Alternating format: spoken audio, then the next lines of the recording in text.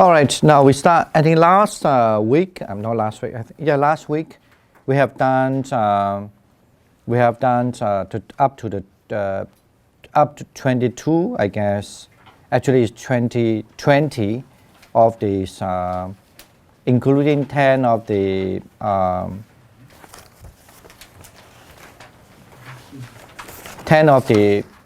Mahabhumika, I mean the all wholesome ground, and then 10 of the the universal ground, and then the all wholesome ground. Okay. So actually here listed all together maybe 12. If you look at follow this, normally people are familiar with the Abhidharma course, tradition. So and then that will be included as 22. So remember what are the 10? Let's look at the list again. The 10 of the wholesome ground, what are they? The first one's the volition, right? The second one's the contact or the tangible. The third one's the predilection or chanda, yu, okay? And the fourth one, the mental application, the manaskara. And then the fifth one's the resolve. The sixth one, the mindfulness. The seventh one, the concentration. And eighth one, and understanding. And then plus two more, which two?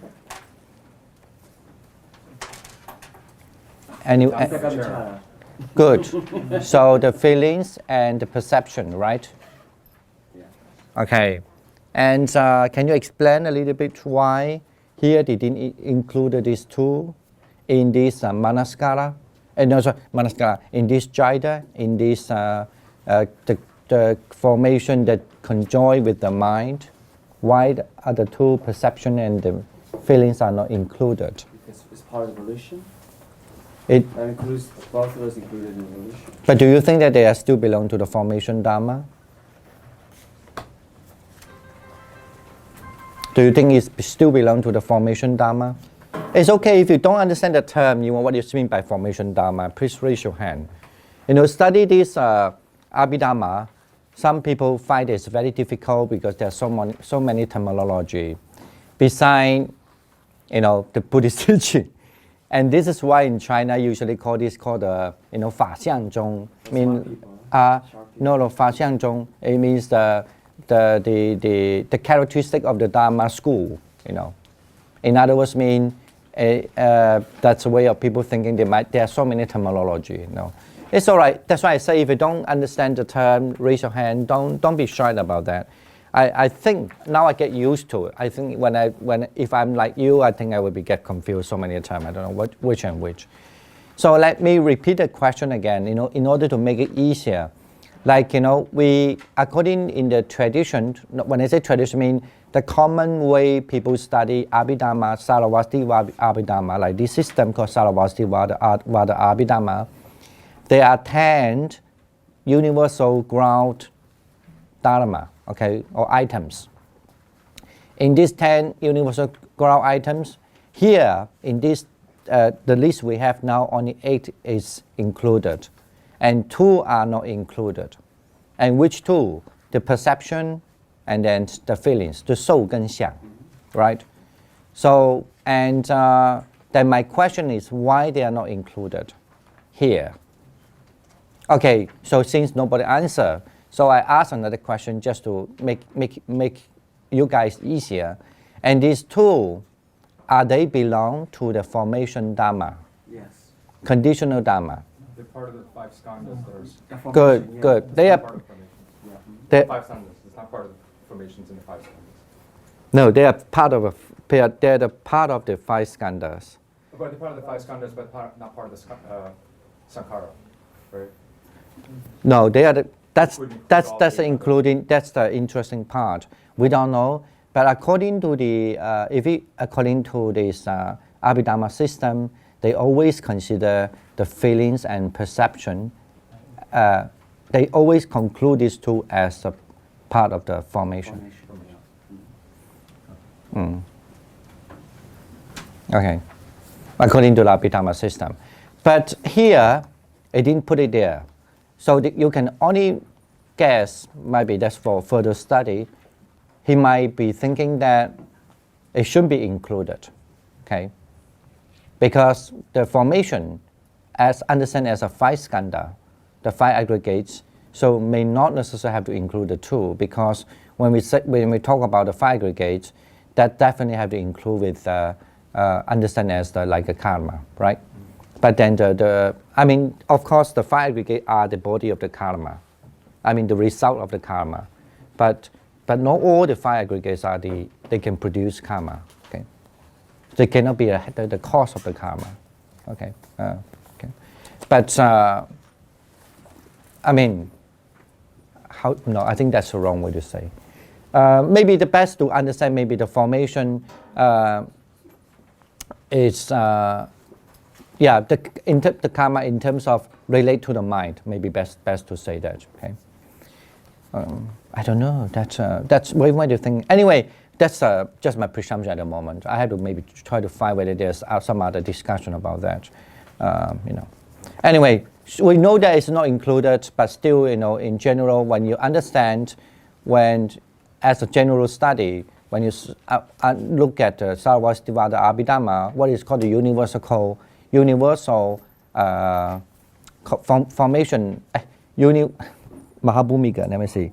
Universal great or the great ground, the great ground, it's included the perception and feelings. Yes, what do you want to say? It's important to know whether it's inclusive of those.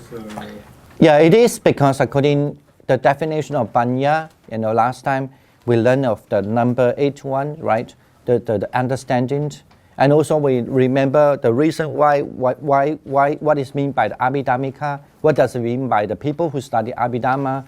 You also always have to learn the few things, whether this is included or not included, whether they correspond or they don't correspond. 就是色不色，相应不相应法, those you have to understand.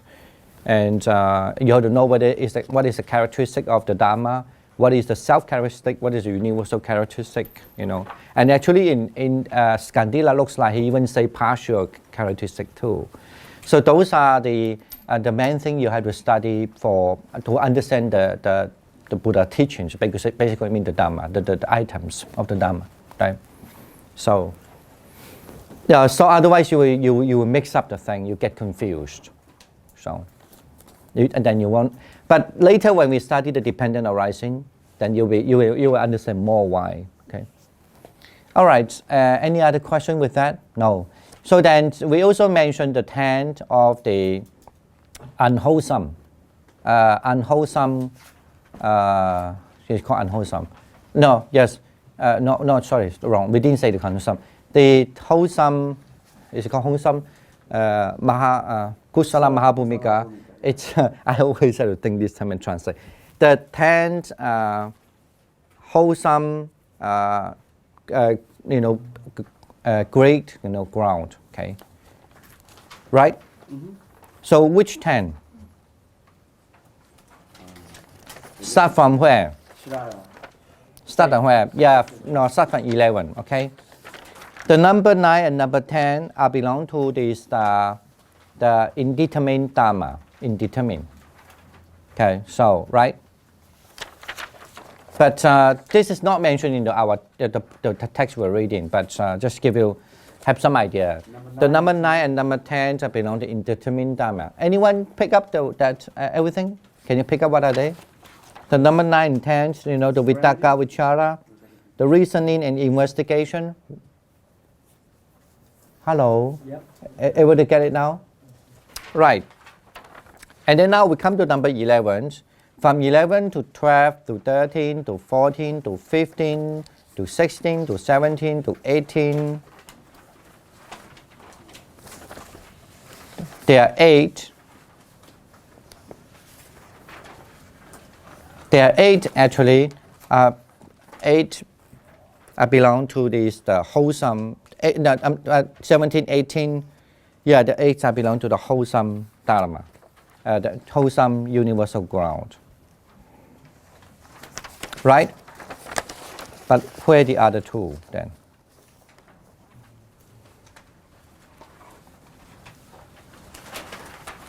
So 2 missing. Which other 2 is missing? On which one? On the Mahabhumika? Which one are you talking about? Which one's missing? The wholesome Mahabhumika. Oh, that's missing the delight and the nibida? Is that it? No, that is indeterminate. Aloba. Good. Aloba and Adesa. adresa. That means the non-hatred and non-harmfulness.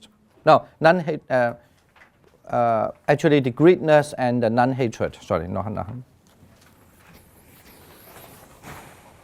Hello. Do we get it now? Yeah, really? I have a question. Yes.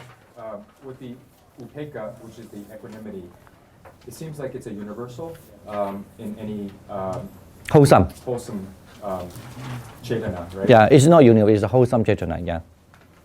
Oh, it's not necessarily universal in all. Universal? No, not necessarily. Yeah, it is universal at all. If there's a wholesome, then it should be there. Right, it's a wholesome, Yeah. it should be there, right? Mm. But how? And then with equanimity, it's part of the four Brahma Viharas. Yeah. And how come the other three aren't included? Well, actually, sometimes it's, of course, in here, it say that it's because it just want to say when there's a wholesome thing, it should have, without this, what you call, according to the Yana Anusara, the Sanghabhedra, I know the one of the classmate of the Vasubantu called Sanghabhedra, he wrote another text called Yana Anusara, okay, to refute the Abhidharma course of opinion. According to him, to think that because this kind of upeksha is opposed to this the agitation, the mind agitation, so that's why it should be included in there. I know what you mean. Is it the same So thing? in a Pali, actually the way they explain it, they don't use upeksha, they use a called majjada. Oh, so it's a So different- they use a term called in the mind in the between, the mind in the middle, yeah. So, but still in this school they still use the upeksha there, like you say as the upeksha meditation. But then there's a problem of Pali tradition, since they use a term called majjada, majja means the middle, right? Majjadata, that means the nature of the middle. And then the other question also asked among the Pali commentary and say, what about upeksha? And then they would say, when people have an upeksha mind, what about when the people have this equanimity? And you say, actually, when people have the equanimity, it is just because of this kind of mind become strong. That's what I say, the middle nature of the mind. You find if that text, maybe they have that. I don't know whether they have explained it, but yeah. So actually, both questions will be the same. Even though you use that term, they say why it is here, and what about the upeksha mind? But then when you put the Pali system, they use majjadata, the word, right? And you say, what about the upeksha? Where is it? Right? And then they still have to say they are similar. It's like they try to avoid, but people still ask a similar question. Okay. But anyway, here it's just want to say that it is a wholesome kind of mind. When there's a wholesome mind, this kind of thing should be there. For example, when you are kind of like happy, right, with the object. Let's say you might be you have doing the loving kindness meditation. So this sort of quality of the mind association, that's it's said that like an equilibrium of mind. It should be there. So something that's what they believe that, In other words, you can kind of like, you can check when you are happy, you should have a kind of like, the agitation mind is gone. That makes you like become pleasure, becomes, you feel unhappy about, feel disturbing. Fanao, that's the mind is, so. But I kind of like more, this is all explanation only. I guess that what they believe it. So like, they might have their reasons to explain that way, like Yana Anusara, like Sanghabhedra, right? Okay. So the thing is because it is opposed to this the agitation. So that's why this has to be put it there. All right. Now, let's repeat again. There are 10 of the Mahabhumika, right? The great ground, universal great ground mind. that must exist in anywhere, whatever kind of mind there. These 10 fingers or 10 Dharma items, that's called the conjoined with the mind, the formation conjoined with the mind should be there, right? We just, you talk about that. And then when you have the good, according to Sarvastivada, okay, Pali system is different, okay? And if you study in Yogacara later, to Yiche Bu, if you study the Yiche, and then the list is also a little different, okay? So they don't use 10. I think this, I put it here already. If you look at this Yogacara, so, and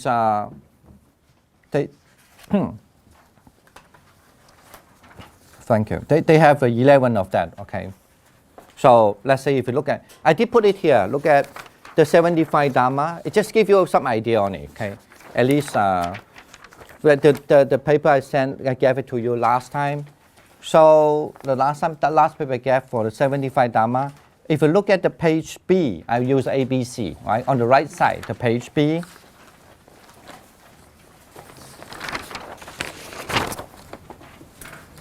Do you see there's a table called 75 Dharma, okay? So the page B, so look at this, Mahabhumika means the great universal Dharma, right? In the great universal, you look at the left side, it's the feelings, the perception, the volition, the contact, the predilection, the number 5, right? And the number 6, or sometimes we use Madhya Prajna, the understanding. The number 7, the mindfulness. Number 8, the mental application. Number 9, the resolve. Is it called resolve? I think we translate. Do we translate? Yeah. Number 10, the concentration, right? So 10. But then when you look at this right side, so that's called, this is called this general, how you study 100 Dhamma belong to the Yogacara school. But of course, they are kind of like, change the system a little bit with their reason. But now you don't have to understand so much now, but I mean that's why to study this Buddhism is very complicated when you study reason. But anyway, then they only put the universal only 5. So it means the contact, it should be there always, the feelings always should be always there, the volition should be always there, the perception always there, and this manasika, I think we should translate so mental application. Sarvatra, is that the Yogacara school? Is that what you're talking about right now? I don't mean they actually did, as I just mentioned, most of the Mahayana school influenced by Sarvastivada. So they definitely don't think that they are Sarvastivada. If they are Sarvastivada, then they have to be Sarvastivada. Even among the Sarvastivada, you have earlier Sarvastivada, and then also the later Sarvastivada, and also Orthodox Sarvastivada. Whenever you say Orthodox means become extreme, okay? So, so this is not, we don't study history at the moment. We can forget that. We just want to study, wanted to study the Dharma first. So I just want to let you understand, in Yogacara school, so-called the 100 Dhammas, when they talk the universal Dharma, there are only 5, okay? Understand?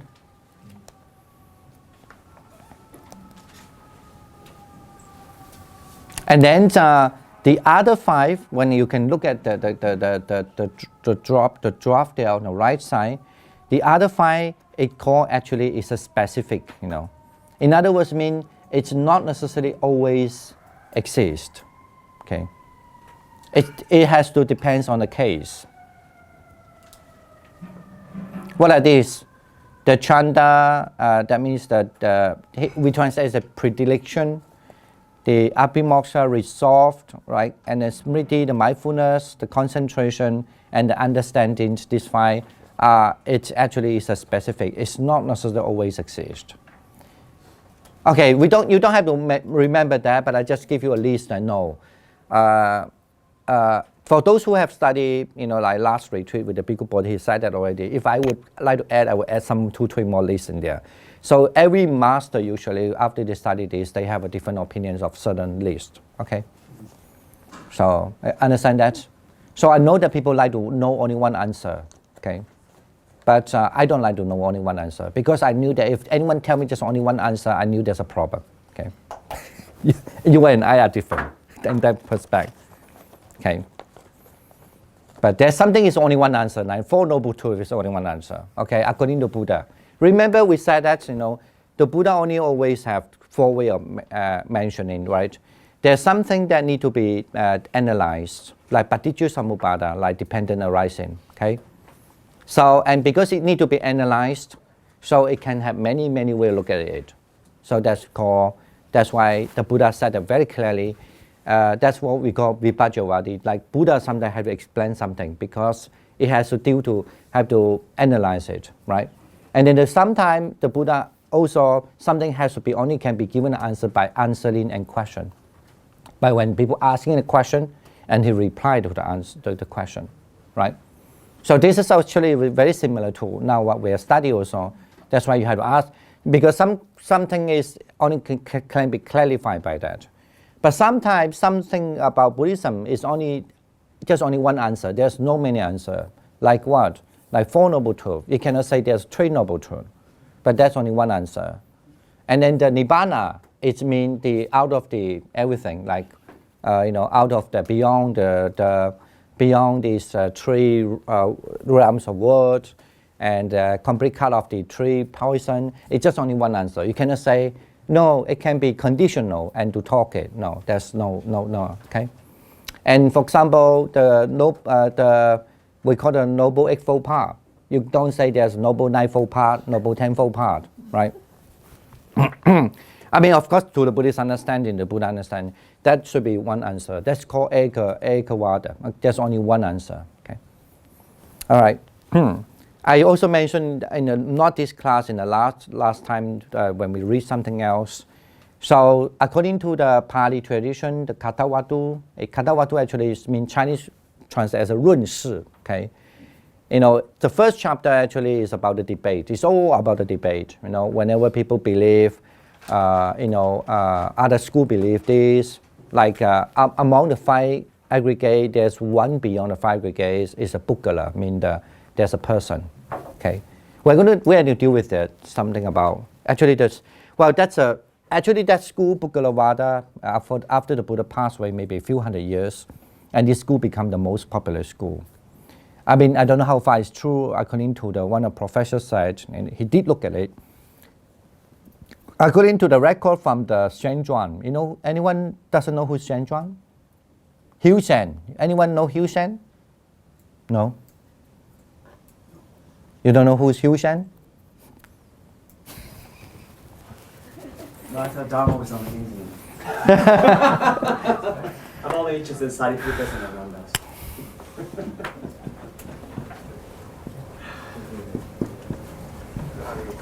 Have anyone read this word before? If you read English book, you're bound to be maybe facing this, especially. Name, that's only the six patriarch. That's all I know from. No, that's her name. Anyone know who is it? Huh? Yeah. But okay, if anyone here knows French, anyone can, or at least can pronounce French. Écris, s'il vous plaît. If you pronounce a French, how do you pronounce this word? Yap, Xuan, Zhang. Right, that's the French way of pronouncing it. So actually, that's a problem, and that people argue with me all the time. But I remember when I studied in Sri Lanka when I did my degree, my teacher said it very clearly. He said, according some people said the French pronounces some because they doesn't know how to do it. They just know pronounce differently. But everybody just pronounce this word in English way. They say Hiu Shan. Okay. But don't be surprised if you hear people still pronounce Hiu Shan, and all the time Hiu Shan, Hiu Shan, Hiu Shan. Then don't think who is Hiu Shan, who's Chinese? No, it's Xuan Zhang. Okay. But nowadays we only write this way. I think how to write it? Zhang maybe GH. Yeah. I don't know whether I forget it, but you know what I mean. So maybe no H. So now you know that nowadays this is the pinyin way of writing. Okay. All right. Yeah. Any What? Is there any other questions? So what about him? What about Ven? Well, according to his record, when he was in India, when he was in India, he did mention very clearly about how many monks belong to that school who live in that monastery, belong to that school, live in this monastery, belong to that school and live in this monastery, and who are belong to Mahayana. Actually, that time when he was it doesn't seem like a Mahayana. Many people are in the Mahayana, but more like a Hinayana or the so-called Stravakayana monk. And the largest amount of the people actually are the Bukalavada. Okay. But that school disappeared though, right? Of course. Now we don't So have how it. many are we talking about? How many years after the Buddha died? I mean, 7th century. usually the school start is believed that the school starts after the Buddha passed away, 300 years. 300 years after. Okay, but then But he's like 4th century. no. He said after the Buddha, after the Buddha passed away, 300 years. Okay. But then what we understand, after the Buddha passed away 300 years, even you have different school, it didn't have that much of school. They might have few other school. But then it is mostly for clear. We study at Saravastivada, so we have to talk more about that. And the Saravastivada school, mostly for clear that it definitely before the Christ, about 200 years, it's become very popular. Okay, because the text is composed, actually the Mahavipasa, one of the huge text called Mahavipasa, is composed in the 1st century. If you study text, you understand very well. If such a text is even about 50 times, I think more than 50 times, I guess. Say the 50 times. 50 times of the Bible, if they can be composed as commentary, then they also have their own sutra already, and also have their own Abhidharma, right? You remember when we studied before also, the Saravastivada have their own Abhidharma. I don't have to ask you what are the names. I don't think you remember. If you remember, I will be very impressed, so impressed. Then I need to quit the class today. But anyway, tell me how many are they? How many Abhidharma texts, I mean the so-called the root Abhidharma texts of the Saravastivada? How many? Good. So among the 7, what is believed to be the one of the main texts? Which one? No. Come on. Abhidharma Kosa came which century? Abhidharma Kosa comes on what century? All right, I didn't write out this name because otherwise people get confused. Now we all know this is not Husen, okay? Don't read the Husen for me. It's Xuanzang. But if you read it, I understand. But please don't read that word Husen. Okay, and 7 Abhidharma texts was composed, right? Which one is the main text? Or if you don't know the Sanskrit, say the Chinese or English translation. 对 Yanaprasthana, okay? I don't know how to translate.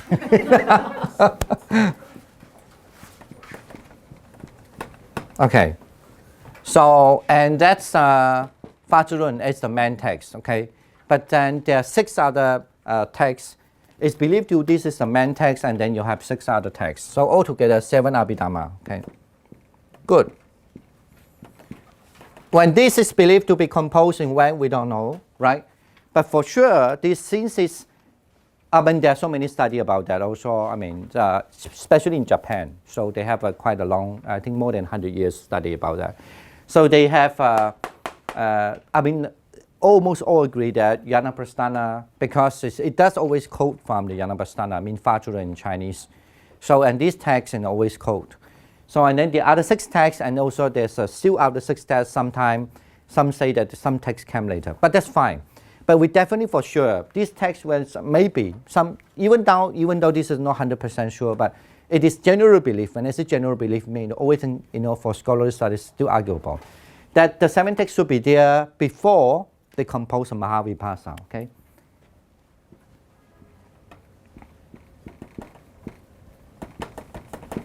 So compose a Mahavipasa, okay? Any question? And the Mahavipasa is for sure is being composed in the 1st century, okay? Okay, the Abhidharma Kosa. It was composed from when? 6th century. No, it's 5th century, 5th century. Yeah, it's the 5th century. Okay. Abhidharmakosa.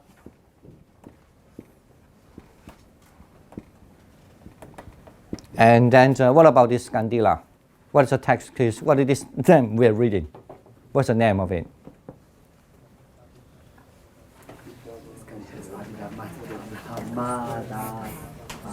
It's all right. You can say it in English. Skandilas. Okay. Who is the authors of Abhidharmakosa? Who is the author of Abhidharmakosa? Okay, Vasubandhu. Okay. Is it Bandhu or Bandhu? Bandhu. Bandhu. Okay. And who is the author of the Mahavibhasa? Skandara. No, Mahavibhasa Skandila. That's good that every time I ask you one question, that will be good for your mind. Who is the author of Mahavibhasa? Older. If you don't know the name of the don't know the Sanskrit, you can ask me the Chinese word. I can say. I just presume since we're talking in English, we start to say. That's how you study English medium of. Somehow you have to learn few words of the Sanskrit. You know, Mahavibhasa. Who is the author of the Mahavibhasa? Who is the author? Okay. Who are the authors? Sangabhadra? No, Shi Qin is Vasubandhu. He write Abhidharmakosa. There's like a associate with him, right? Someone who says that. But Vasubandhu was born in the 5th century. But this one was composed in 1st century. So he lived in 400 years. Did he live in 400 years? No. Huh? Mami? No. Aswakosa. Somebody say Aswakosa. Aswakosa. Actually, he doesn't. I think the one the famous for us, the Aswakosa, is the Buddha Charita Avadara.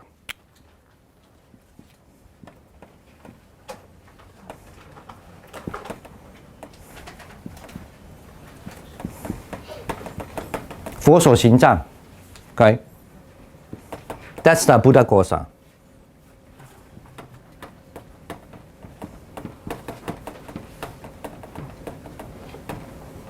And no Buddha Kosa, Aswa Kosa. Did I say Buddha Kosa? Yes. Sorry, Aswa Aswa Kosa. That's 5th century too, but it was Visuddhimagga. Yeah, sorry. That's looks like I did. Yeah, Aswa Kosa, Mamin. Okay. Hello, nobody still tell me who composed Mahavibhasa. Who? Okay, no problem. You don't know.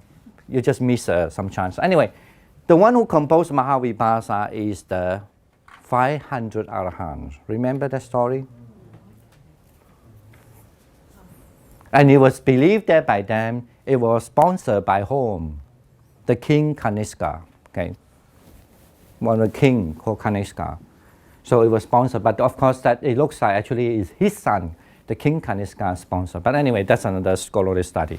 But generally believe that it was sponsored by the king Kanishka. Okay. Written by 500 Arahants. Written by the 500 Arahants. And his son will later go to Sri Lanka, become a monk? No. That's Jewish. That even be earlier. That's even Okay, looks like you need to learn a little Buddhist history. No, we learned that in The king Asoka, okay, when was the king Asoka was born? I don't mean you know the exact date, roughly. 300? BCE. Yeah, 300 BCE, before Christ, 300. So then before Christ, 300, actually sometimes we say 250 something, and they say that 300. Before Christ, 300, the king Asoka was born, okay? So, and then after the king Asoka was on the throne, maybe after 100 years. So what is the great event happened in the West? Give you maybe very simple idea, otherwise you get confused with history. Who was a rather the powerful kingdom in the West?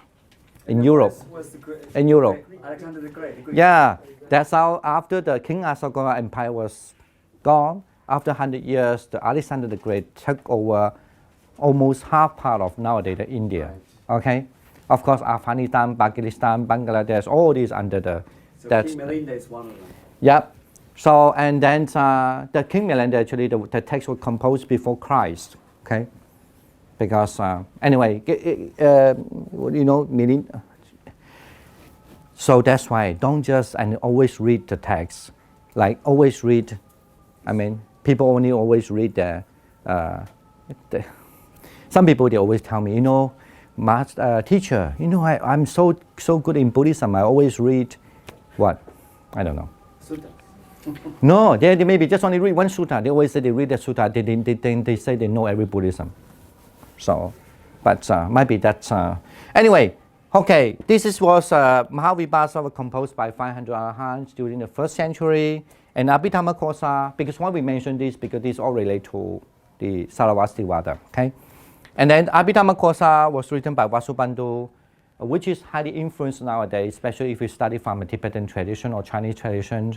There's no way you say, I don't want to read this Abhidharmakosa. So if you don't read it, you are a loser, okay? If you study Sarasvativada.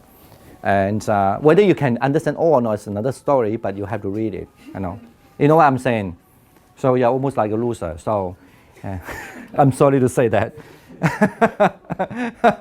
And you might be asking me the question, why? Because actually, of course, when Vasubandhu composed Abhidharmakosa, people write many reasons, but I think that the more you read, the more you understand. Actually, not only he was trying to, after he studied from Mahavibhasa, he was born in Pakistan nowadays, right? And actually, so-called Gandhara, so-called Gandhara period. And then that's also so-called the Western Abhidharma school. Get it now? 西方师, okay? Western Abhidharma school. However, the place that composed Mahavibhasa called, the Dongfan Shi, sorry. So it's called the Western school. And sometimes I'm so bad in the map too, the left, the east and the west. And the Dongfan Shi, it's beloved to be a barbarian Sarasvativada Abhidharma study place, okay? And this was composed, Mahavibhasa was composed in the west or the east of India. Actually, it's not east. It's where is the center of the Mahavibhasa was composed? Yes, Kashmir. And where is the Pataliputra? I think. Where is I forgot the name. Anyway, so where is the place that Vasubandhu used to live? In Pakistan, right? If you look at the map, it would be the east side of the, west side? West. Yeah, that's right. I think that's why I get confused now. 西番市 and 东番市. Really? That's true. That's true. No, that's why I was not wrong. I remember 西番市 is barbarian. Anyway, all right, it's okay. Mahavibhasa was the Orthodox place later on, okay? And Vasubandhu actually kind of he went to a place and studied, and then when he came back and he write the verses, and to introduce what he was studying from, this in those days almost like the best thing in the world, right? So, and that's why he write Abhidharmakosa. But when he write Abhidharmakosa, he actually have his system of writing, he have his way of thinking, and he had digested this Sarasvativada school very well. So that's why he write that text. However, and then his classmate called Sanghabhadra, okay, will not agree with him because he suspect that even though he tried to say his teaching, like now, like me, when I teach Sarasvativada, so maybe sometime I put some Pali thing there, okay, and some other, maybe my classmate, he was Orthodox Sarasvativada or Orthodox Pali, maybe disagree with what I say. He say it doesn't look like I'm teaching the Orthodox, right? Like the Sarasvativada school or Orthodox Pali school. Actually, it's true also. I definitely is an Orthodox, So, but I know, not that I don't know, same thing, Vasubandhu knows, but so his classmate, what's the name? His classmate disagree with him. What's the name? Sanghabhadra. Good. Sanghabhadra.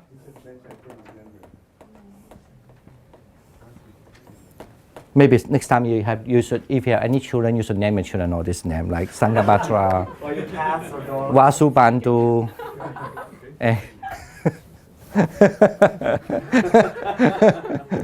And the teacher will, in America, teacher will be find very difficult. What it is, how to pronounce it? Okay. So, okay, Sanghapatra, he wrote the text in order to refute the Abhidharmakosa written by the Vasubandu. What's the text name? Abhidharmika? Abhidharmika means the people who were believing in Abhidharma. Chinese? 中元啊 ？No， 我不知道什么叫中元，说实在，没听过。我叫中元节。Anyone even Chinese? No, no.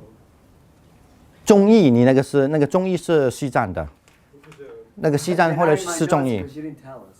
啊 They're not in my notes. She didn't tell us. Oh, okay. Very good excuse. Okay. All right. And the text is Sanghapatra written is called Yana Arusari. Huh? Yana Arusari.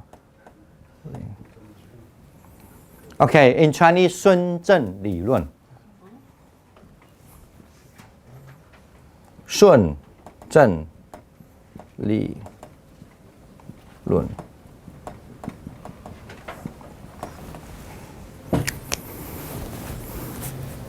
Okay, it is Abhidharmakosa. It's look at this.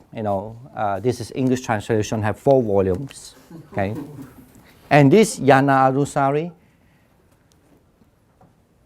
Maybe I think 7 volume or 8 maybe. Okay, maybe 7 at least. Maybe 7 something. But the problem is not the volume. It's very hard to read. Very difficult. Really difficult. Because luckily it's because people can translate Abhidharmakosa into English. Somehow you have a Tibetan version, and then somehow you have the Sanskrit version. So then you have these people who know Sanskrit, know Tibetan. They do a lot of translation, and people might be no Chinese also. They helping to do all this translation, and that's why now you can come up with this. Otherwise, that's impossible to read. If it only the Chinese, and in old day.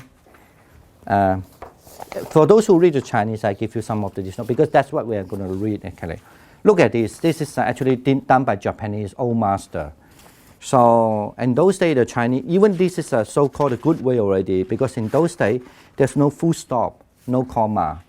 But he still use the Japanese way, and with the tradition, they still can do the study. You can pass down. But if you want to keep it, you can keep it. If you need to copy next time, I can give it to you. That's for people who know Chinese. Can you pass it down?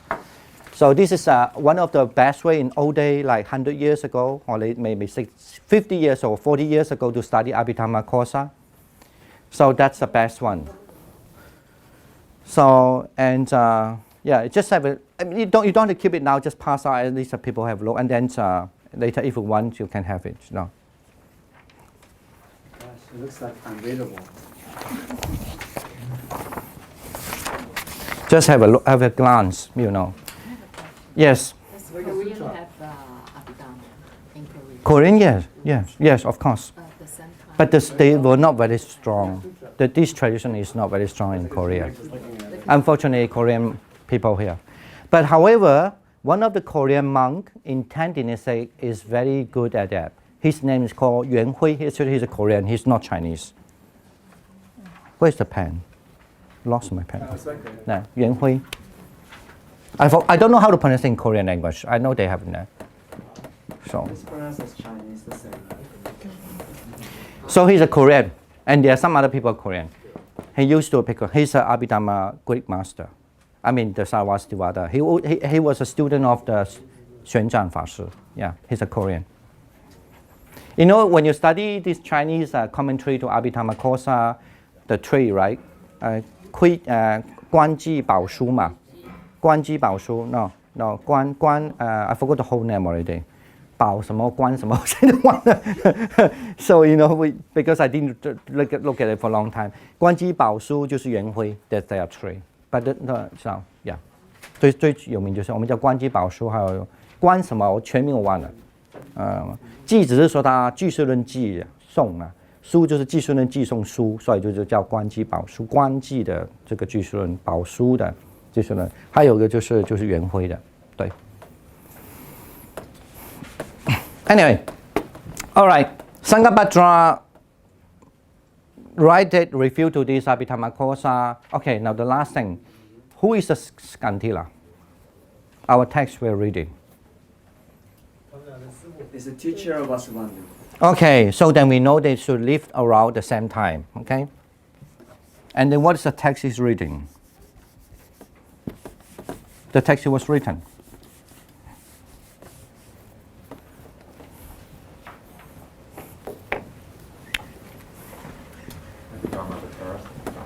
Good.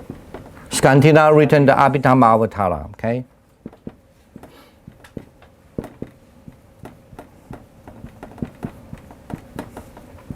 Okay, that's what we're reading now, okay? All right, any question? At least remember this. Originally, they should have 7 Sarvastivada Abhidharma texts, right? But then, for many reasons, that I didn't say that before, and then many Abhidharma texts also appear, like Abhidharma Hurutaya, the heart of Abhidharma, the nectar of Abhidharma, like Abhidharma Amrutya, like those are the Abhidharma texts. In other words, actually when you look at Sarvastivada Abhidharma texts, there are more than 7 Abhidharma texts, than even maybe earlier than the compendium of Abhidharma texts called almost like Encyclopedia Abhidharma texts, been composed in the 1st century. They have more than that. But traditionally, when you say that there are 7, when you say about the Sarvastiva Abhidharma text, there are 7, okay? Get it now? And then the most famous among the 7, the earliest one or the most, you could say the fundamental or the most basic one is called Abhidharma Smriti. I mean, is it Abhidharma? Yana Prasthana, Fazirun, okay? Okay? But you don't remember the time is fine, you just know something like that. But we don't know when it was composed, okay? But we certainly know it's not during the Buddha's time. Why? Because Abhidharma said it very clearly. People are saying that this might not spoken by the Buddha, but blah blah blah. It still is a Buddha word. Okay, we have this class in the 1st class already, so we don't have to mention that now. And then after, this is just a rough idea about Sarvastivada, the literature. Okay, and then during the 1st century. The 500 Arahants again composed, not the Buddha's time, 500 Arahants. The Sarvastivada school, 500 Arahants, okay, composed under the text called the Encyclopedia of Abhidharma, called Mahavipassa in the 1st century, right? And that's we know. And in between later on, who is the revolution to that? So at least to either Chinese or Tibetan sources, so far the sources we have, the one that makes people to understand, to become Abhidharma, become so well known in abroad. We don't know what happened in India now, okay? In those days, sorry, now in those days. To abroad is because Vasubandhu wrote the Abhidharmakosa, okay? Remember the term Abhidharmakosa, because he wrote that text Abhidharmakosa. After he has written the text Abhidharmakosa, all tradition know this also, and his classmate called Sanghapatra would not agree sometimes with his point of view. So, and write so-called orthodox, so-called the strict, faithful to the Sarvastivada school and point of view called the Yana Anusari. Okay? Yana The Anusari. same teacher? Was Skandila their teacher too? Sanghapatra's teacher too? Huh? Did they have the same teacher? Vasubandhu Yes. and Sangha? Yes. Sanghapatra, so Skandila was both teachers of both of them? Yeah. Oh, okay. So Why they were contemporary? it was not very famous Skandila, even though in there some other sources mention about the name Skandila. Anyway, somehow people, because the Chinese translation of this text, it was only in Chinese at that time, then later on Tibetan. Well, Tibetan, I don't know why they didn't maybe pay too much attention, whatever. So nobody knows this person called Skandila, even though we know Vasubandhu was studied under a teacher's name called Skandila. You know what I mean? You know why? Anyone? Because, I think you maybe forget, because the Chinese rendering of the term, they thought that was should be the name is called Sugandhara, yeah. Then so nobody can link it as a Skandila. But then after so many research and found out actually this word should be, it's Sugandhara means Skandila, okay, right? Okay, the word. Anyway, so then we know the text we're reading now is written by the teacher of the both, all right? Right. Okay, hello, yes? In terms of importance, which version weighs the most? Waste? What means the waste? The most important one. I mean, everyone had to the Bible or the book. Weight, you mean but like which one is more important? Waiting? I don't know. Like they treated. You said it was Bandhu's Abhidharmavatara that's the one that kind of exploded, right? I think Tibetan has those kosa, right? Yeah. Actually, the same as the Chinese. The same as also go for the kosa. The most famous one certainly is Abhidharmavatara. Right. That supposedly some say they're originally written in 8 chapters, but later on invented one more chapter. I don't know. But we have 9 chapters now, right? So, and this is how people, when they study, usually study with that. But actually, I myself think that if you study with that, you will bore to death, you know. Okay? It's because, why when it's bored to death? Because the detail is so much detail. And they always have to say about, you know, when this position was put, and then the opposed opposition was arguing. So the language is very dry also. The language is very dry. But however, I don't mean, as I say, but if you want to study Sarvastivada Abhidharma, there's no way you say you don't want to read Abhidharmavatara. So, because everybody actually come up to the idea of Abhidharma is from Abhidharmavatara. Okay. So, in other words, I can tell you maybe if we finish the text, people still interested, maybe we are going to read Abhidharmavatara. Okay. You won't have to carry this 4 volumes. Computer. Okay, let me finish where we were. I don't know why we mentioned this. Okay, you have a better idea now? Oh, still no. Okay. Yes. I have a question. In terms of Skandila's Abhidharmavatara, does it precede, in terms of the timeline, precede Abhidharmakosa or after? Yeah, it's definitely precede Abhidharma. Yeah. He's the teacher. Yeah. But nobody really discovered this until much later on. Yeah. Or maybe some perhaps know, but nobody mentioned, and perhaps they think it's not easy to teach. They don't need to, and it depends on the teacher which text they started. They want to start. The other reason. The location is different. So no, but this is translated into Chinese already. But the China should have Chinese people. They definitely know in those days they should have teach that. But why they don't? They must have reason, or maybe they did, but it was not that popular. You know, whatever. You know. Why it's all eventually after?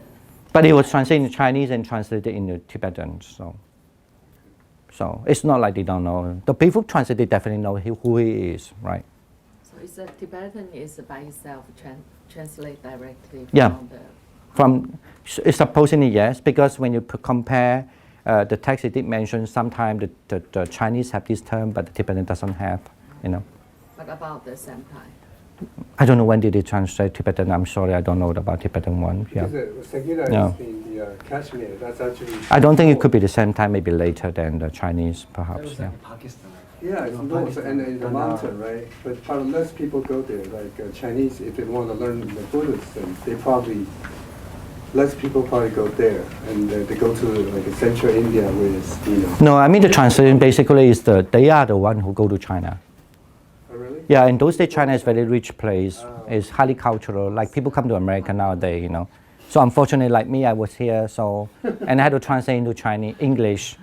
So difficult for me. I had to think about so many languages in my head, you know. So like that, you know. So that's why the text, and also people rich, they can sponsor, and people are maybe, you know, develop a kind of mentality. They value this kind of thing.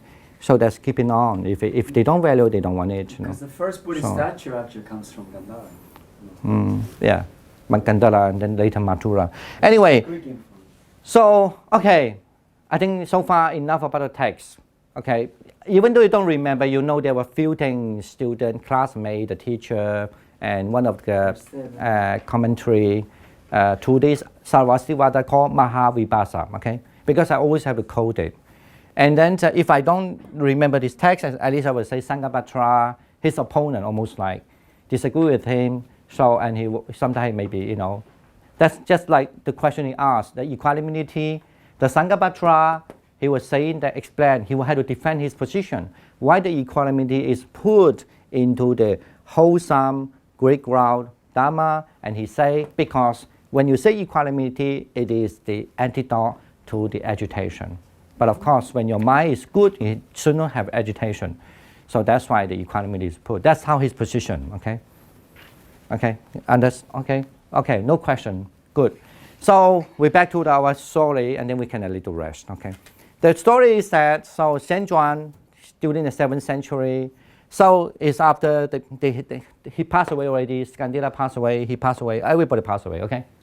So we don't know. We don't know. Maybe they wait. Okay. So the Xianzhuan went there during the 7th century. Okay. And he learned. Actually, Abhidharmakosa been translated into Chinese quite early time by Paramartha. Okay, Zhendi. The translation, well, I don't know how to say. It's not my subject now. But anyway, so that's why study Buddhism. If you're really interested, you can spend your whole life. Just see or compare even translation. But anyway, so it looks like when Xianzhuan, when he returned to China, he still translate again. It somehow he knew, of course, he knew that's Paramartha's translation. Somehow he might not satisfy. That's why he retranslated again. So mostly what we read nowadays is the Xianzhuan's version. And then, of course, and he had to teach his student about this. When you look at the biography of Xianzhuan, the translation history, they have the term in scholar, I forgot. Translation history, I forgot they have a term. Then you understand actually he translated this first, and then later he teaches his students. And then that's why we just mentioned 3 of the famous students. I also write a commentary that, And also Abhidharmakosa is so popular not because of that. Even nowadays they look at the Sanskrit, you also find Abhidharmadipa, called Abhidharmadipa, not Dhammadipa, okay? Dhammadipa is my name. Abhidharmadipa, okay? Okay, Abhidharmadipa is also... Maybe that should be it. Maybe. I hope that was me writing Abhidharmadipa. But that means I practiced so bad until I had reincarnation until now and still not enlightenment. So no arahantship yet. Maybe enlightenment is easier. Maybe nirvana is a little easier. According to... But actually I have to say, during that time, they would not deny about that. That maybe the practice is more easier when you than you study. Like you learn how to swim is more easier than you learn about the theory of swimming. Right. Yeah, Yeah. it's true. Because they have really a great master to teach you how to swim. Yeah. Anyway, we are in the opposite now. So because now not many swimming pool for you, so it's just very hard for you to know how to swim. You know what I mean? Okay. So and you only know there's a swimming pool. Okay, I hope that simile helps you to understand. So where we are now. So okay, and Abhidharmadipa is one actually, although unfortunately it's not the full set of it, but still you have Abhidharmadipa only in Sanskrit, and also like what is his name? I cannot remember. But I know he's right called Abhidharmakosa Sprutata, means the commentary Abhidharmakosa. So in whole Sanskrit we have, So are you trying to teach us all 3 of different Abhidharmas? No. Comparison? I don't. We don't talk that yet. Okay. Your mind is running now. You don't have equanimity, that's for sure. Most likely. Is it the Kusala Chitta? I don't know what I have right now. Are you the wholesome mind now? My mind is too close. I think I have to Zen. Emptiness. According to the Sarvastivada, if you are wholesome mind, you should have equanimity now. Okay. All right. So I just want to let you know there are still, at least I remember, 2 existence Sanskrit commentary to Abhidharmakosa. Okay, we still have them. So this is one reason, of course, Abhidharma why so famous, because so many commentary to Abhidharmakosa. Okay. But this is a big subject. Still no people writing about day because you must be. It's not about language. Don't forget, it's about theory also. So and then you have to learn the theory and you have to learn the language. So it's a huge job, you know. And then after that, you learn all this. You have to know how to write a thesis or whatever, you know. Quantum physics will be easier. So okay. So I just okay. Back to this. We know that even this text didn't mention, but we know there's a core universal dharma. There are 10, right? Mm-hmm. But Skandila only mentioned 8, and then we include the 2. Is from the perception and then from the feelings. No question, right? Even though you don't remember which other 10s, but you somehow know that. And then so there are 10 wholesome universal dharma, or sometimes we translate 10 wholesome Greek ground, right? But here only mentioned 2, okay? Right? Am I right? Hello? Only mentioned 2. No, only mentioned 8. And 2 are left out, right? Which 2 are left out? Oh yeah, you said 6 and 7. Aloha and Avesa. Yeah. What is that? What does it mean? No greed and non-hatred. Yeah, no greed and no hatred is left out. Okay. Why? So, no, I don't mean to leave out. Here it didn't mention that. I just want to give you a checklist. Like the Skandila didn't mention it. Okay, it didn't put it here. So this is a system. Actually, I need to maybe also mention Abhidharma, this so-called universal ground, and then this so-called Greek wholesome ground is not the early Abhidharma text. Okay, this came later. Okay, or this system also came later. Okay, why I don't know. But Pali, of course, have this kind of system already. Okay, but it's a But that's true actually. I don't know whether Pali also when the text. Anyone learn Pali Abhidharma here? Any? Only 4 days with Dikubodhi. Otherwise, I don't even. It's okay. It's let's back to our subject. It's easier. Otherwise, all right. Look at and then we have. But however, Sanghabhatra. Who's Sanghabhatra? Sanghabhatra contemporary Vasubandhu. Yeah, good. The Sangha, was his or you could say he's still his classmate. Opponent. Yeah, his classmate or what, you know. Good way to say classmate. No, The rival. no rival. It's actually they don't fight. They just disagree. Yeah, you know. different views. Yeah, and thinking that they should add 2 more. Which 2 more? The number 19 and number 20. Okay. Add where? The number 19, 20? As the wholesome. Greek ground wholesome. In Kusala Mahabhumika? Yeah. In other words, I mean, according to his belief that there should be 12 in total. According to Sanghabhatra, should be 12 in total. Okay? But this is not your examination. Don't worry. You don't have to sit for those examinations. But just give you, you know. So there's 2, and that's how we stop. Okay? Now, there are supposed to be 6 are the unwholesome one, okay? Right? Look at which 6. Can you look at the 75 Dharma?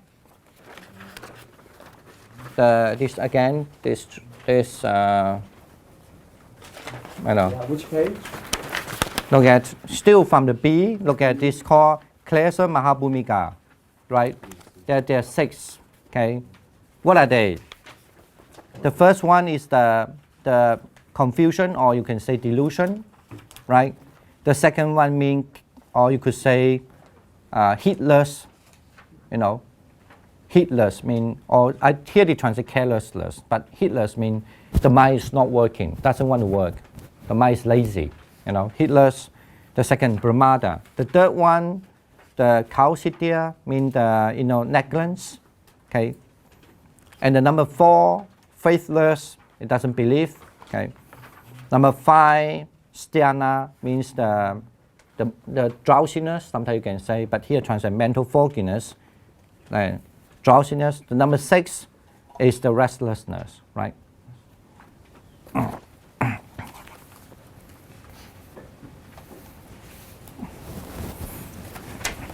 Hello? No question there, okay. Now, you just look at here because that's why I say it is quite clear that in the later Sarvastivada Abhidharma, the five so-called the five category is there. But the text we are reading, it's not concerned about this. It's almost like a list or study. Okay, we can just do a little comparison. We can back to the list first. Now the first one is there. Astraddhya means faithlessness. You know, we back to the page 5 of the 41 conjoined formation. Okay, Dhamma. On the page 5, the faithlessness is the non-clarity of the mind or the thought. You know, it is a Dhamma opposed to the faith mentioned above. So we don't need to mention that much now. And the Kausidya, the number 22nd, the slackness, or here translated lethargic negligence, is the non-energeticness of the mind. It is opposed to the vigor, virya, okay, mentioned above. So now look at the number 6 and number 7. Okay, the number 7, pramada. Okay, the heedlessness is the non-cultivation of wholesome dhamma, because the mind doesn't want to cultivate the wholesome dhamma, and it opposed to the, heedfulness mentioned above. It is the inability to guard mind.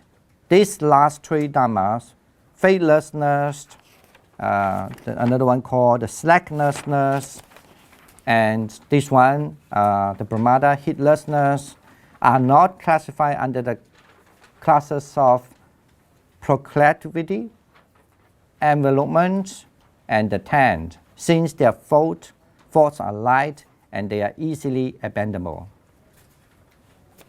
We're going to learn that later. Don't worry about that. In other words, looks like Skandila concern is different. He just want to say it is a Skandila, study method. So the 3 called the faithless, the slackness, and the heedless. So difficult to speak English. Less, okay. They are not put it under the procreative, just 水面 in Chinese. Anusaya, 水面, envelopment, pariyavastana, chan. Okay. If those people who are familiar with the Chinese, 水面, like sleeping. Okay. We are going to learn this anyway. It's a big subject. Okay. And then the envelopment is called chan in Chinese. How to write that? We do have this term when you look at the page 7. Page 7.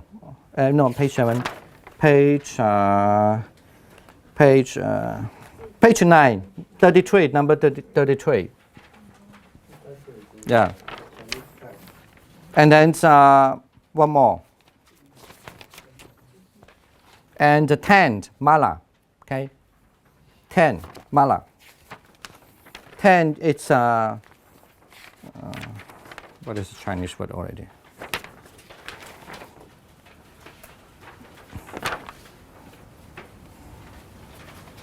That's why I say this.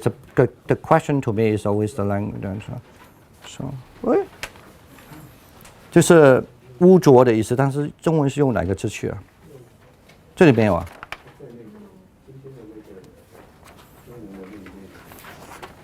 垢 ，sorry 啊，垢，污垢的垢 ，Vimala 像那个无垢菩萨哈 ，Mala 垢。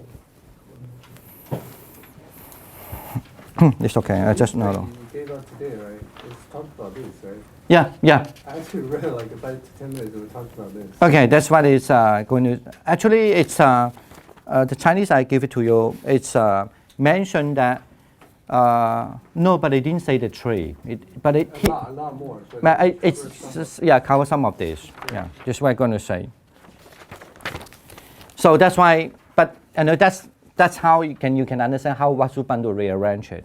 Okay, it's not an easy job. It's like 200 characters. It say a lot of things. Yeah. Like English only covers. Yeah, it's very different. And it need to rearrange it. Anyway, so to remember the faith, the faithless, the slackness, and then the heedlessness is not under this 3 category. The reason is why, because they are light and they are easily abandoned. Okay.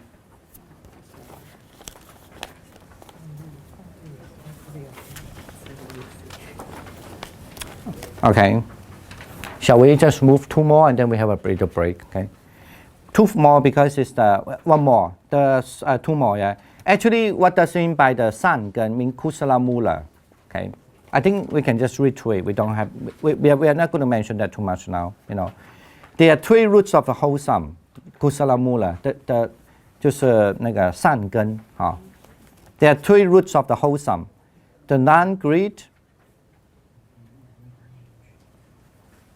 a dharma opposed to the greed. You know, it means the dharma opposed to the greed means non-greed, non-hatred, a dharma opposed to the hatred, and non-delusion, a dharma opposed to the delusion. And having the aforementioned understanding, that means the hui, the prajna, as its specific nature. Okay. So that's why in other words, mean how you define mean call the wholesomeness. How do you say when something is wholesomeness? Because it has to be, you know, no greed, no hatred, no delusion, and then also the prajna, you know, the 4 things should be there. In other words, you know. Prajna, like understanding wisdom. The wisdom, or sometimes we say understanding. You know, for some reason. Okay, and these 3 dharmas are named in the roots of the wholesomeness because they are the wholesome in their specific nature. Okay, what does it mean by specific nature? Mean the nature is only owned by them, doesn't owned by everyone. Okay. 就是 it's only owned by that person, that the wholesome, but doesn't owned by other. Oh, okay. In Chinese, it's called 自相, 自己的自. Oh. So like, you know, I get a bald head now, it is my specific nature because it's owned by me, doesn't owned by you, right? Okay. But we still, I will bound to be old, I bound to be sick, I bound to be die, it's owned by everybody. Right. So that's called the common nature. The specific means the particular nature. Okay? And are also productive of other wholesome dharmas. You must know it's not only they are the wholesome, but they also reproduce the wholesome. Okay, that's how the Buddhist, you know, karma theory. You cannot say the wholesome will become. Sometimes can produce bad karma. No, it's not a Buddhist theory. The wholesome always produce wholesome. Okay, but of course, then later you will learn why. Then you can. The definition, I mean, every time can you go back to it and have a different interpretation, or it has to be? Yeah, it can be have a little interpretation, like it's not a different interpretation. According to this Abhidharma, they always, when they interpret something, they have to be faithful to the sutra. Okay, unless you find the sutra have a different way of explaining, and why don't you explain that? And then they also, Abhidharma school will try to defend it also. No, we do. Or if we don't, why? You know, like that. Okay.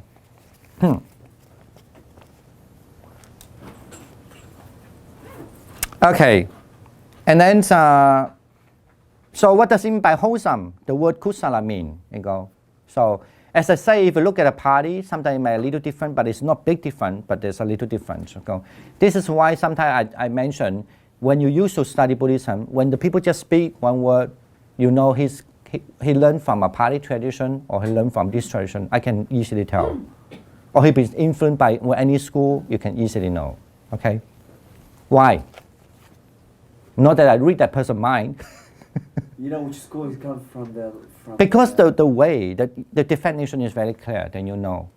It's not the Pali define.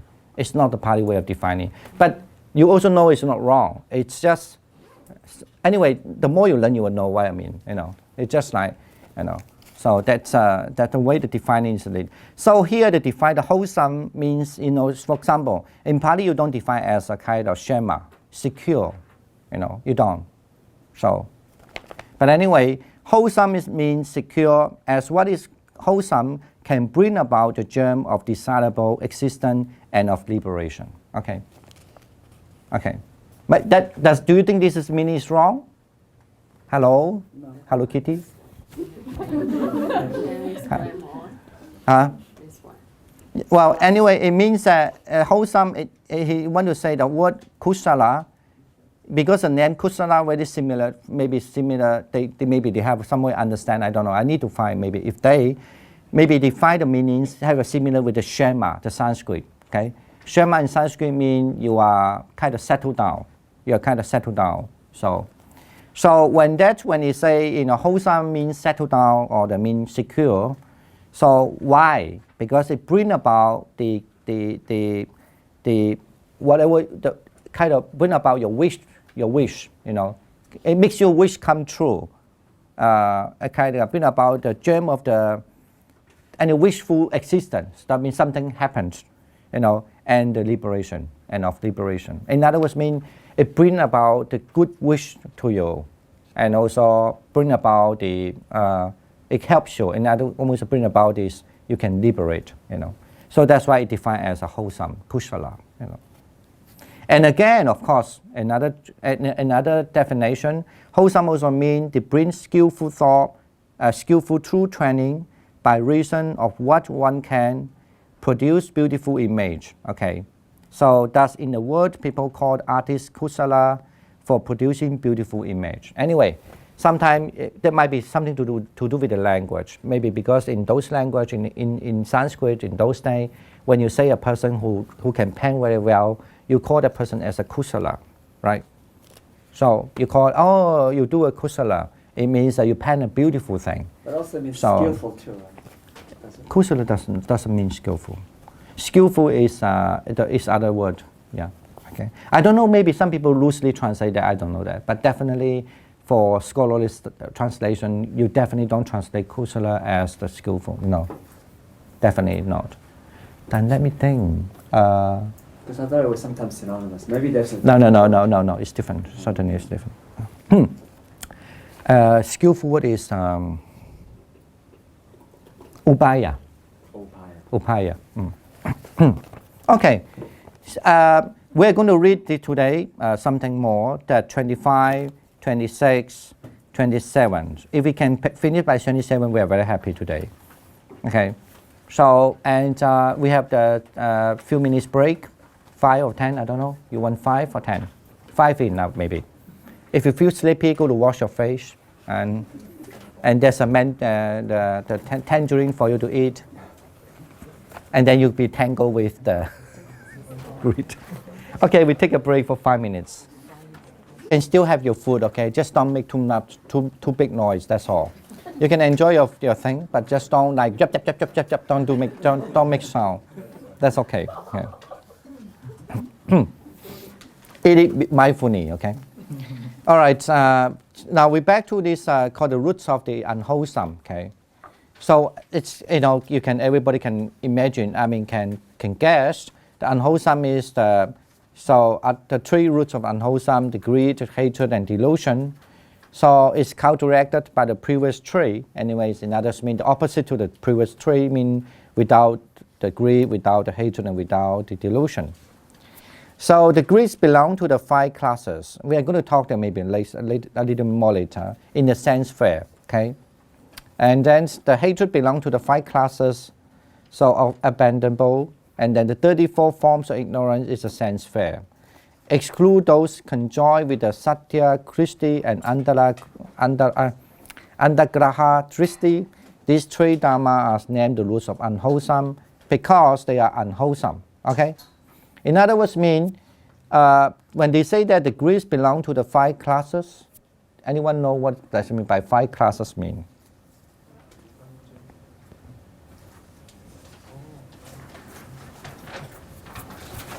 Anyone? Just if you know that, I will be really, really amazed, but I will be very happy also. Maybe I will attend enlightenment right away. And then the hatred belongs to the 5 classes of the same thing, and then the 34 forms of ignorance in the sense fair. Okay, it's all right. Basically, later when we finish all this dharma here, we start to talk about. So I think we're going to learn this when we are in. But I can just give you some when we are in the number 40. Yeah, and number 41. So when we're in number 40 and number 41.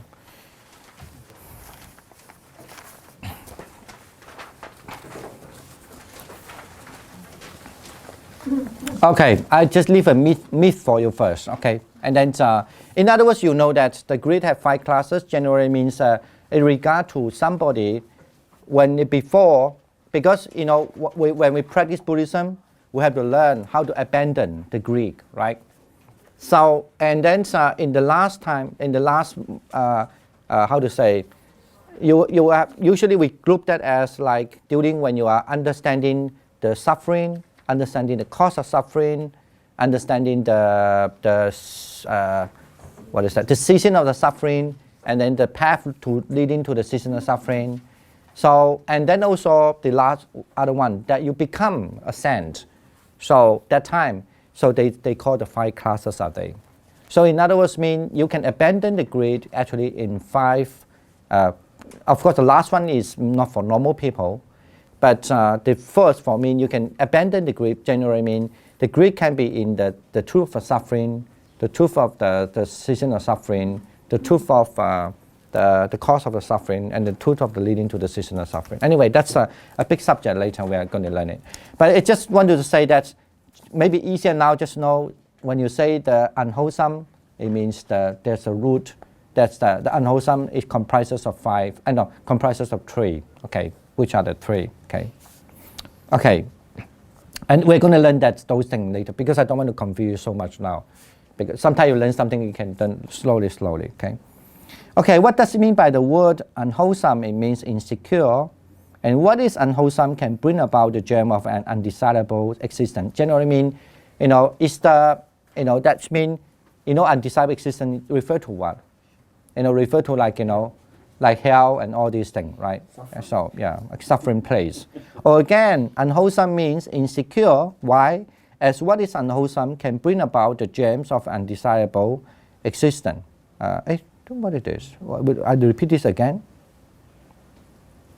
Okay, one is to bring about the undesirable existence, and one is undesirable. Yeah, I repeat that. Sorry again. I think that's a copy mistake. Or again, it means a skillful through the lack of training. Okay, because no training. So, and by reason by which one, for example, produce a bad image. You know, just the same, the opposite meaning. Like people cannot draw good pictures. You know, kind of like that. All right, now we're back to number 26. When we say what it means avyakritima mula, there are 4 non-defined roots. You know, we call it avikrutia is because you cannot define it, whether they are good or bad. In other words, mean you cannot say it's good or you cannot say it's bad.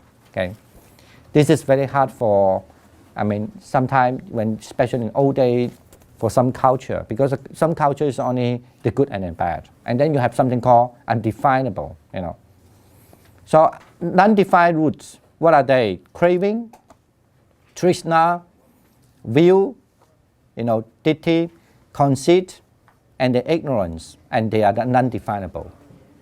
In general, of course, we think that this definitely has to be is unwholesome, right? To busanda. But in the Saravastivada, define that as undefinable. We are going to learn this a little more and more later. But anyway, look at it first. First one. The greed belong to the 5 classes, you know.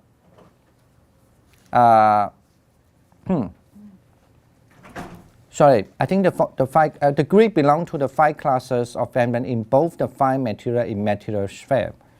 So in other words, mean there are 5 kind of greed. So one is belong to the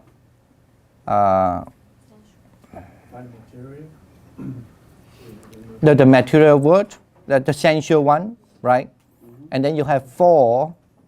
You have the 4 unsensual one. Okay, or the 5, or either they are material or immaterial. Understand? So there's 1 belong to the sensual world, and then the 5 form or formless greed. 就色界无色界贪. Okay, understand? So you know, even in the form or formless, how many rhyme are there? 4, right? But we count it together, 4, right? The 4 plus 1, desire 1, so that's altogether 5, okay? Hello? Get it now? And then the number 2, the 12 will in both the 5 material and immaterial sphere, together with the you know. So in other words, there are 12. So together you have 5 already. Remember, we just like you have the 5. That means the view you have 12 view. Okay, the 12 views 就12件嘛。So in this in both the material and immaterial sphere, together with the Sakaya Ditti and Antaragraha 3 sphere. So in other words, mean so if you plus 4 of the material, 4 of the immaterial,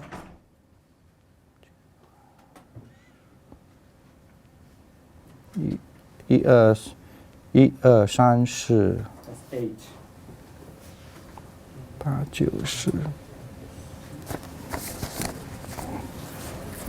So maybe 2, 2. So I could just stay on the. I don't know. I forgot how to count that already. Actually. Use the 4, 4, and then 2, 2.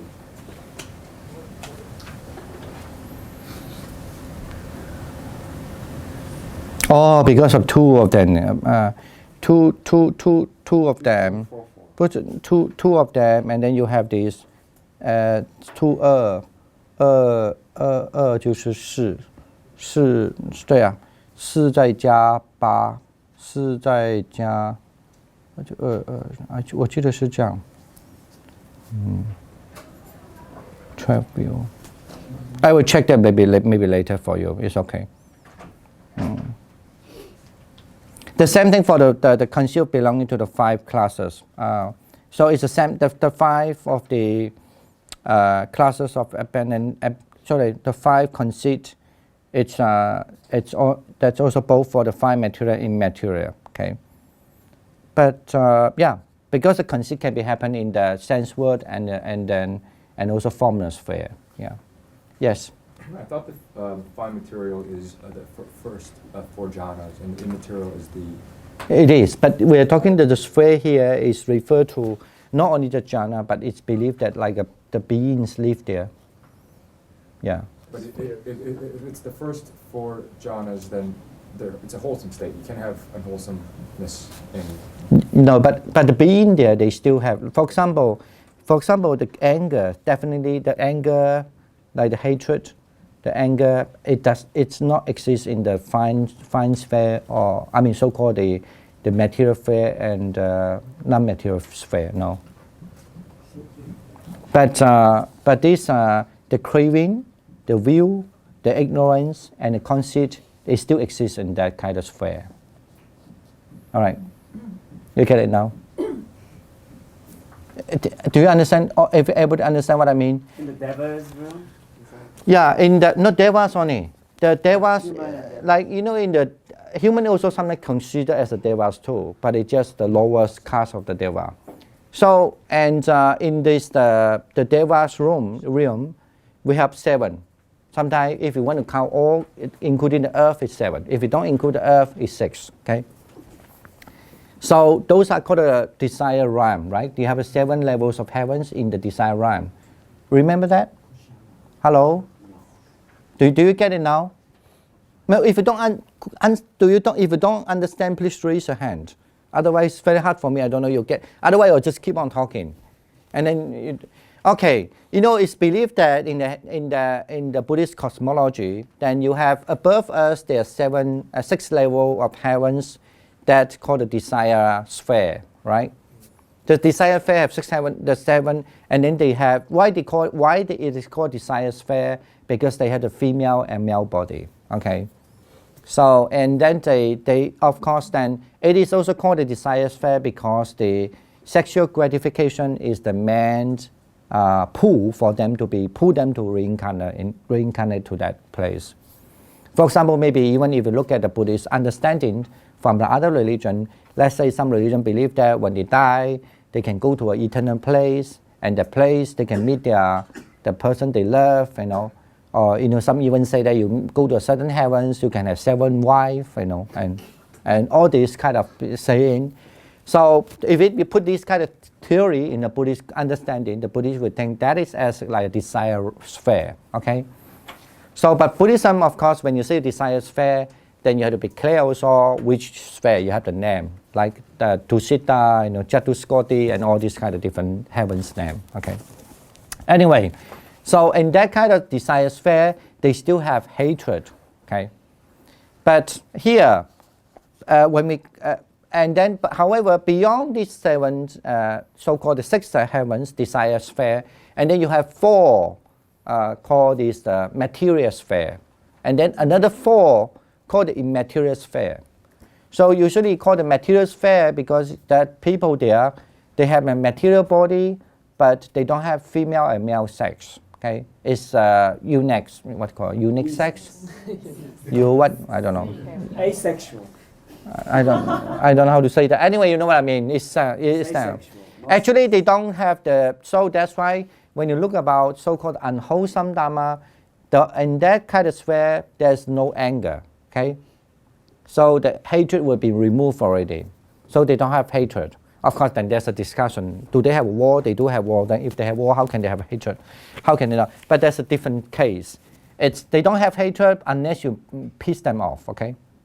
So basically, like really piss them off. So desire not just for sexual, right? Also like a food, like the other desire. It's all. But no, sexual is a predominant. Sexual definitely is a predominant. If you say food, but the material world they still need food, but they don't have the sexual desire.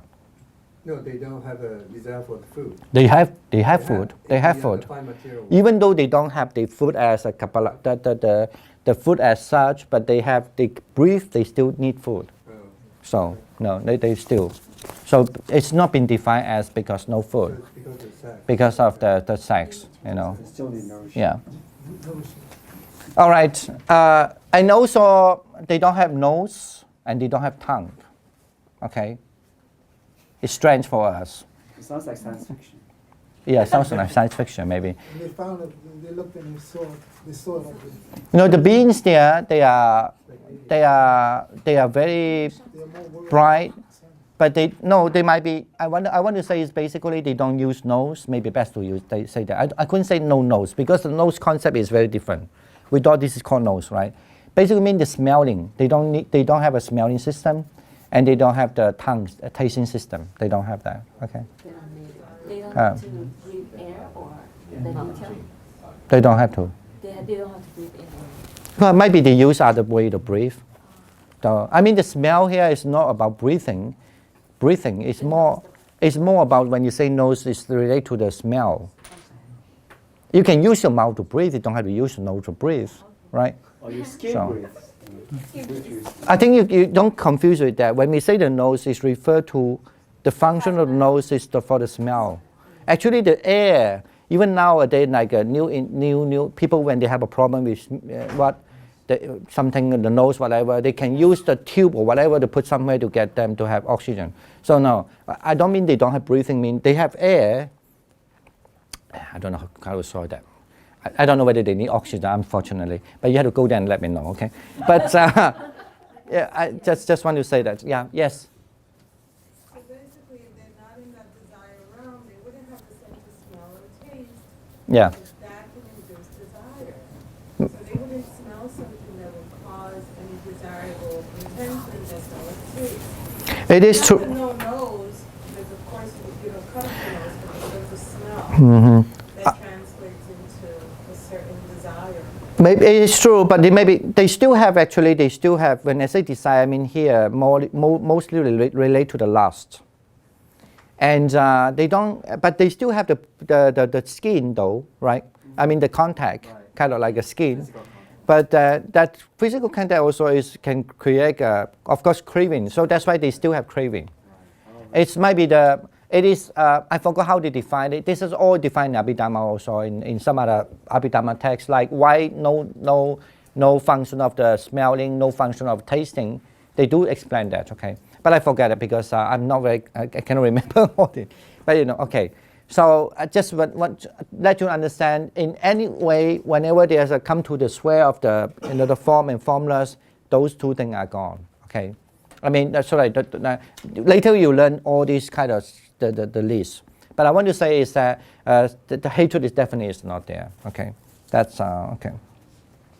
So anyway, this 4 thing is but however, when you look at the number 2 here, these 2 here, these 4 non-defined roots are acknowledged by us. But anyway, I mean, this root, they also mention about this because they also take their people actually craving in the meditation, you know, and then or have the view about meditation, or even are very proud about when they be meditation. And this 3 actually is due to because ignorance, delusion, okay? But he said it very clearly, this idea is not actually in Sarvastivada like a classical idea, maybe put it this way, but it is how we agreed by that, okay? I don't know we refer to what, but it generally means Skandila, you know, put this more there, okay? So it looks like in those days maybe that's really happened a lot, you know, okay? And then, so,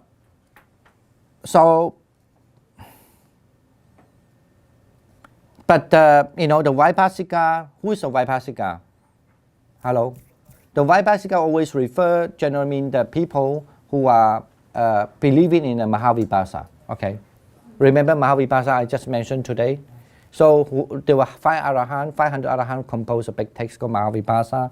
These people who believe in that, and they are called the Vaibhasika. Vaibhasika literally means expositor. Expositors, means somebody who can, you know, explain the Dharma, Vaibhasika, okay? So, and then actually acknowledge there are only 3 non-defined roots. That means the craving, ignorance, and then and the understanding. In other words, mean here we say there are 4, right? And then we also add something more. It's about meditation. However, the Vaibhasika only say there are 3. So the craving, ignorance, and understanding, okay, are belong to what? The non-defined roots, okay? Well, you know what does a non-defined mean? Did he say that? Yeah, you need a good or bad.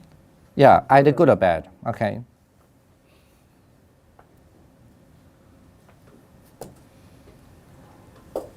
Why? They say hatred is not included in the non-defined root because it only can be found in the sense sphere. That's what I just mentioned, right? It doesn't found in the other heavens, okay? That is a material heavens. No. So that's, and also the doubt and conceit are not the Dharma, which are root being big Y. They are not the Dharma. That is because they are not the Dharma are the root, okay? They are not the Mula Dharma, not the root Dharma, because they are very unfirm. And we don't know actually what does it mean by the word unnati, but upward, up moving. And it generally means maybe unfirm is referred to the doubt.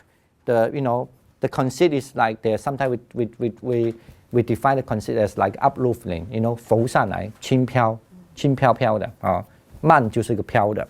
So and then but perhaps that's the reason he says it's not firm and it's not the root. Okay.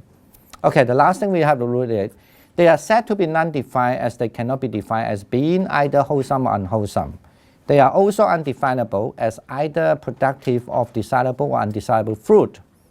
Okay, that means you don't know whether you produce a desirable fruit or not desirable fruit. They are non-defined roots because they are not defined by nature and are also productive for other non-defined defined dharma or non-defined non-wide dharma. Okay. Anyway, in other words, generally speaking, very simple to say, you're not sure, about how I did. Now, actually, I thought today I can finish. I don't think so. So number 27, 28, and 29. They will be our aim. We can be finished by 27, 28, 29. But it will be very interesting topic actually. Generally means the topic is coming to talk about. We know all these kind of so-called wholesome, unwholesome, and non-defined dharma. Now we start to talk what the Buddhism are really concerned also. The problem, They have how many there are 9 factors. What are they? Okay. Each one, what does it mean? Okay. So you have to understand. They are actually belong to the formation Dharma also. Okay. So in other words, I mean, let's say you meditate or in a normal day, if I'm happy, I should have what? 10 kind of the whole universal Dharma, 10 kind of the wholesome Dharma, right? But when I'm not happy, I may have the 10 kind of universal Dharma, and then I maybe have, say, I also have the 6 type of the universal and wholesome Dharma, right? And then with the 6 type of wholesome Dharma, if I get something like jealous, okay, in the factors, and then the jealous factor will be added in there. So I have 17 dharmas there. You get it now? Okay. All right. This is anyway. We're going to learn these factors and why it's called factors and why it's called bondage, and then why this is called procreativities, and why the number are different. And this is Abhidharma. Okay. In the sutta, they don't explain that. Okay. So, but this is a very interesting subject. Later on we come. I thought today we can finish one, but anyway. So the time's up. So because we talk about literature, so that's why it takes our time. All right, and we don't have class next week because we have a meditation retreat. But I think after next week we have a class again, right? In the beginning of the December. Okay, and even the weather is very warm. Am I right? The first week of December, yes. Even the weather is very cold, but I hope that you will come in with a warm heart, okay? All right, we do the transfer merit, and really thanks for your coming. So.